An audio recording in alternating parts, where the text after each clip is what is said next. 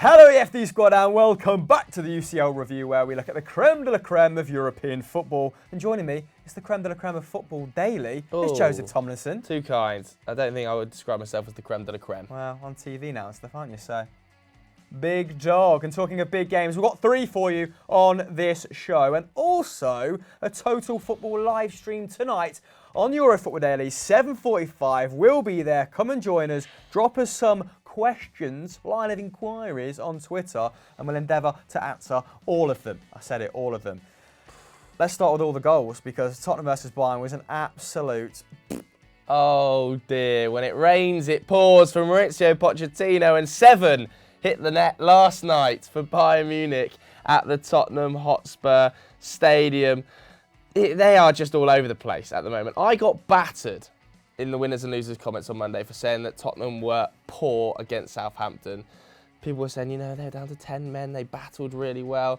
Well, from being sat in the stadium, I didn't think much of the performance. And I didn't think much of the performance after 30 minutes last night. They were all right for 30 minutes, weren't they? We'll come on to that. But of course, they do become the first English side, to concede 7 goals in Europe since Tottenham Hotspur. Obviously, that one was in the Intertoto Cup in 1995 against Colm. Big comp, big game. A while ago. It's also the biggest ever margin of defeat by an English team at home in a European competition, and the first time the North London club have conceded 7 at home in any competition. Oh dear. All that's playing in my head is the Magnificent 7 theme tune that used to come on every time Henrik Larsson scored. It was just screamer after screamer for Bayern Munich. But it all started so well, didn't it? Son Heung-min obviously opening the scoring, 13th goal for the club. In Europe. But in hindsight, that horrible dinosaur phrase, I think they scored too early. Maybe they scored a little bit early in this one, because he had 5 shots in the first 30 minutes. They went off like a rocket, Tottenham Hotspur, and then it all fell apart, didn't it? We saw Ndombele have a really solid start. For him being hooked for Christian Eriksen was a bit of an odd decision in hindsight from Pochettino. Maybe. A lot of Tottenham fans that I know don't like Pochettino's substitutions anyway, and this might well be another case in point of that going slightly wrong. But the defensive fragility of Tottenham was on show yet again. Gnabry obviously testing Lloris low down after just 2 minutes, and he went on to absolutely tear them apart. Joshua Kimmich, though, got the opening goal for Bayern. And it wasn't bad, was it? It wasn't bad. He morphed into Coutinho. He must have been doing extra sessions with him prior to this game, because his body shape, the way he kind of tucks it into the side net, it's a bit of a finesse, isn't it? Very Philippe.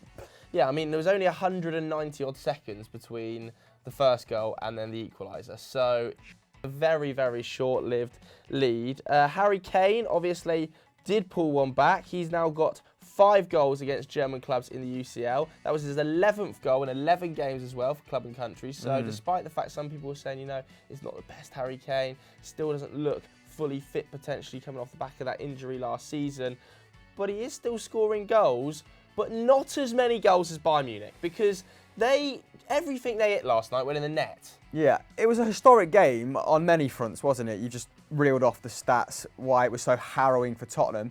This is the second time they've done it in the UCL. Bayern scored 7 goals away from home. Can you name the other team that they absolutely annihilated? Let us know in the comments below. Joe will follow you if you get it correct, and you're first. I won't. So, right then. They're now unbeaten in their last 10 away matches in the UCL. So, building up a lot of momentum. Equalled their club record, in fact, that spanned from October 2012 to April 2014. Get your feet off the table.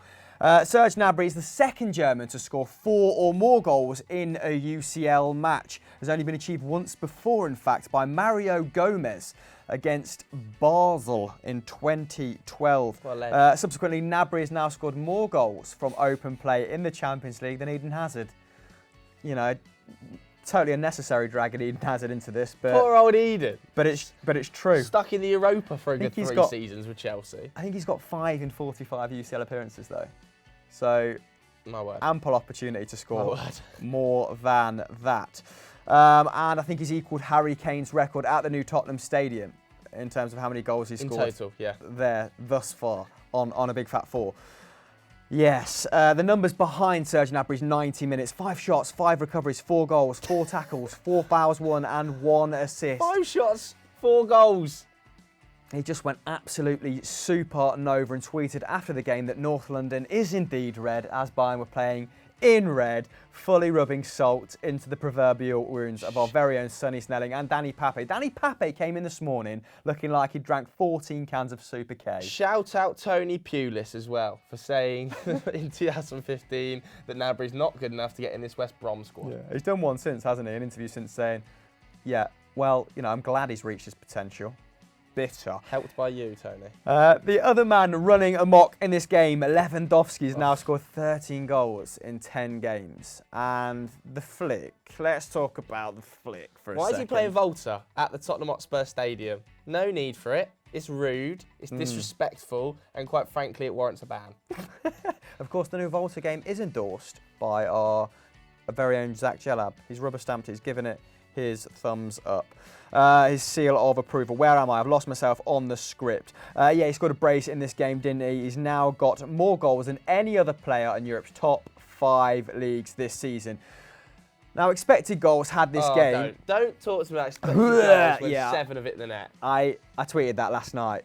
This isn't the time or place for expected goals, but just to offer a little silver lining to Spurs fans, expected goals actually had the game at 1.4 to 2.1, which does give you some indication of the quality of chances that were taken by Bayern in this game. Only 7 shots in the area. Spurs had 11, each team taking 15 and 19 in total. So Spurs were on the end of some decisive, clinical finishing, but I mean, when you bring in Thiago Alcantara on for the second half and he just, not bad, is it? He just kills the game dead. He's just sending Hail Marys down the pitch all day for Gnabry to chase. That Pato described as today, not the best ball. Yeah, I almost kung fu kicked him in the back of the head. What? You watched the same ball that I was? Couldn't have put it in a better area with better spin. Just turned his foot into a sand wedge and just Unreal. gently caressed it. A little bit of backspin, just... It was a good first touch from Gnabry. But what a performance. Bayern, do we have to change our opinion of them? I couldn't even spit the name out there. How far do we see them going in this competition? Because we've given them some grief before. We're giving Kovac some grief, saying he's not quite of the pedigree, of the quality of the other managers in the competition, which he probably still isn't. But does the talent in his squad kind of fill that deficit? Because there's not a area of weakness, significant weakness in that team. Yeah, I think we need to start putting some respect on Serge Gnabry's name. We didn't do it at the start of the season. We said they desperately need to replace Robben, they desperately need to replace Ribery. Came in Gnabry. Don't look too bad, do they? Mugged us right off.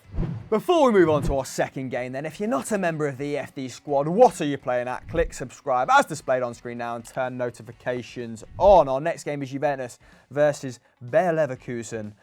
And this German team got a thrashing. Yeah, 3-0 to Juventus. A very, very comfortable night in the end. Higuain, Bernardeschi, and of course Cristiano Ronaldo scoring the goals. Many people, I think, on Twitter were kind of like, this could be a bit of a tight one. You know, Juventus is second in the league behind Inter. Bayer Leverkusen are just a point behind Bayern Munich in the league.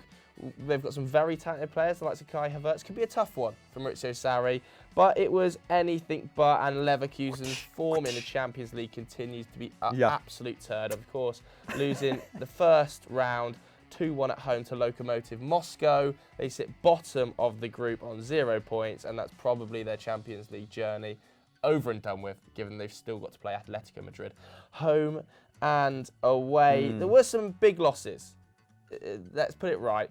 But losing Bender in the warm-up is a really, really tough one. Your captain and... My favourite Futurama character as well. Yeah, very, very hard to take. But they didn't have a single shot on target in 90 minutes in this one. Partly down to some brilliant De Ligt and Bonucci defending as well, but not a single shot on target. Despite having 56% of the ball, they only, I think, put up 0.5 XG, and that seemed generous from the highlights I caught. I think Volland and Alario, obviously the strikers, took 1 shot each. I think they had a combined 22 touches of the ball. Not really good enough. And it's kind of started from the back, that rot. Jonathan Tah, What are you doing for the Gonzalo Higuain goal? Facing the wrong way, the ball hits him on the back of the head. Tries to clear it with his ear, doesn't he? Boof. Terrible, bounces up. Higuain takes it well. Jonathan Great touch. Nah. Bottom left, but it could have been a lot worse. Could have been a lot worse. It could have been if Cristiano Ronaldo had taken his chances, Yeah. because Higuain was actually extremely impressive in the opening hour. Laid on a couple of Don't know really good chances Yeah. for him as well, didn't he? Yeah, you're not Higuain's biggest fan, are you?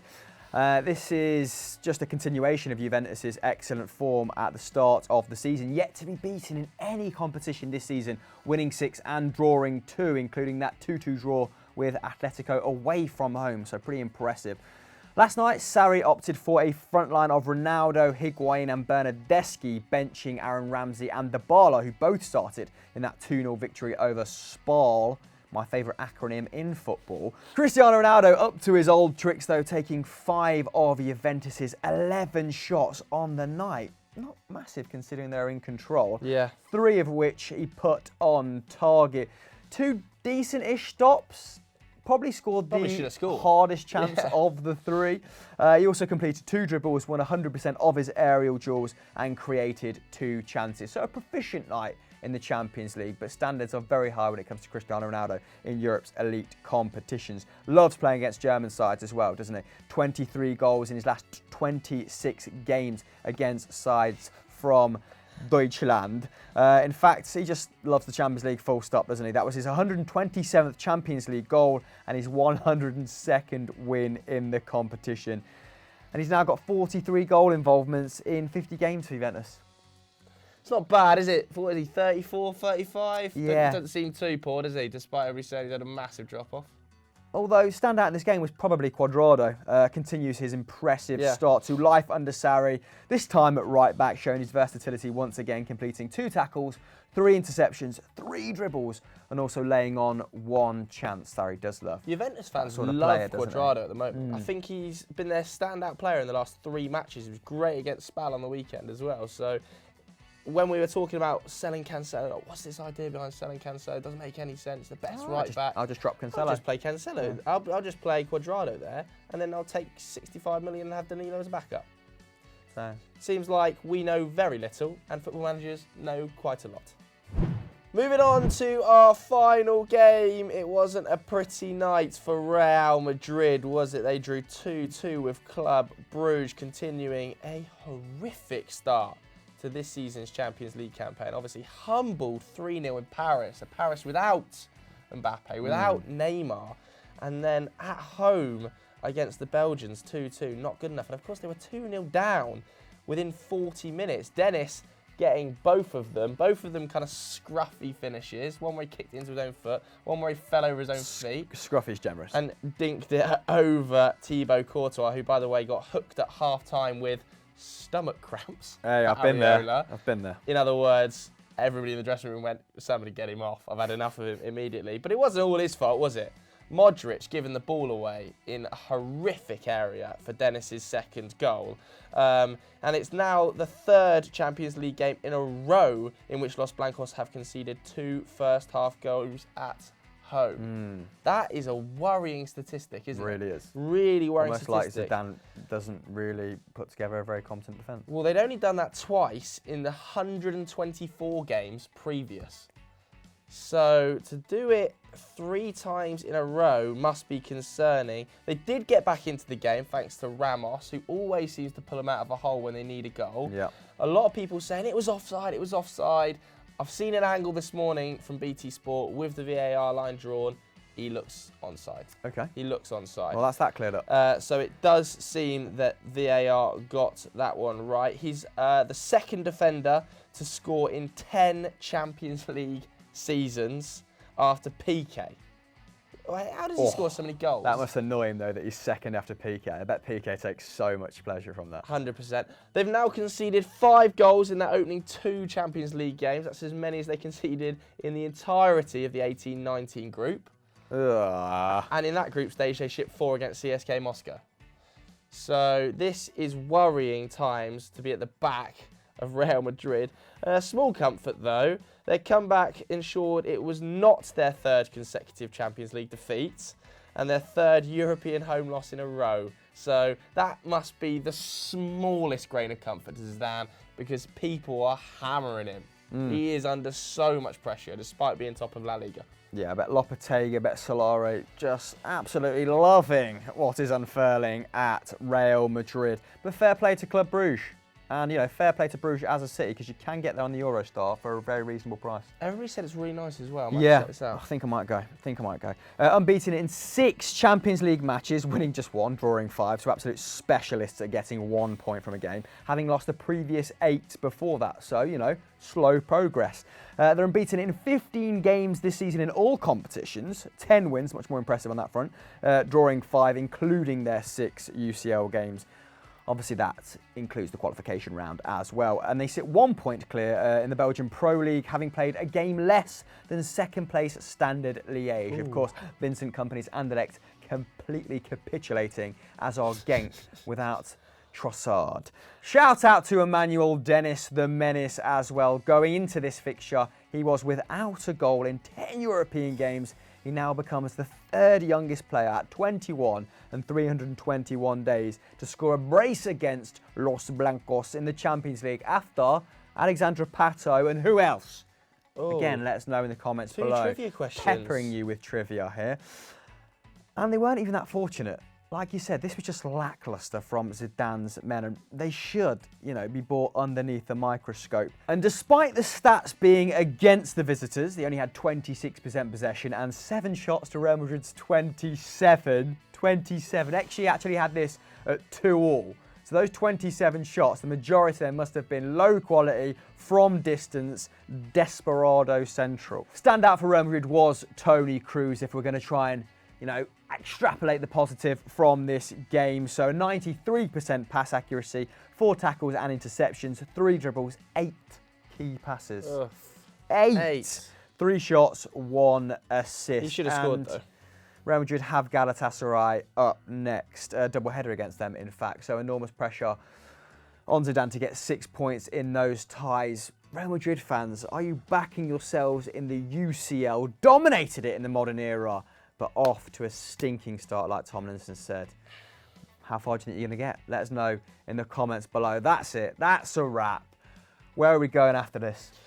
We are going to Total Football. We'll be on at 7:45 right here on Euro Football Daily, covering the big games tonight, but mainly, which game is it? Inter versus Barca? That is the one. Mainly that, which is guaranteed to be a 0-0 after we didn't stream last night's 9-goal thriller. Perfect start for Conte, not so much for Valverde. Something's got to give, innit? Alexis Sanchez is 100% scoring tonight. Bye.